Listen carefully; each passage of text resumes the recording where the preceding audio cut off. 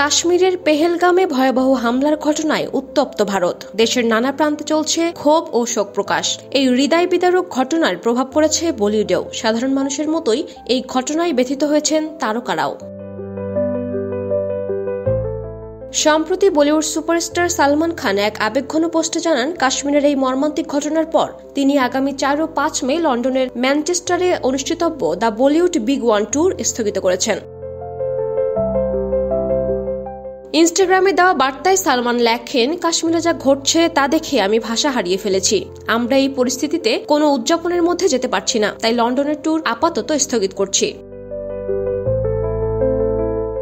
এই অভিনেতা আরও লিখেছেন, বর্তমান পরিস্থিতিতে আমরা কিছুই করছি না, শুধুই দুঃখ প্রকাশ করছি। আশা করি আপনারা বুঝতে পারছেন। তবে এই শো হবে, আর কবে হবে সেই তারিখও আপনাদের জানিয়ে দেয়া হবে সঠিক সময়ে। এরই মধ্যে অরিজিৎ সিং ও শ্রেয়া ঘোষালের মতো তারকারা কনসার্ট বাতিল করেছেন। এবার যুক্তরাজ্য সফর বাতিল করলেন সালমান খান।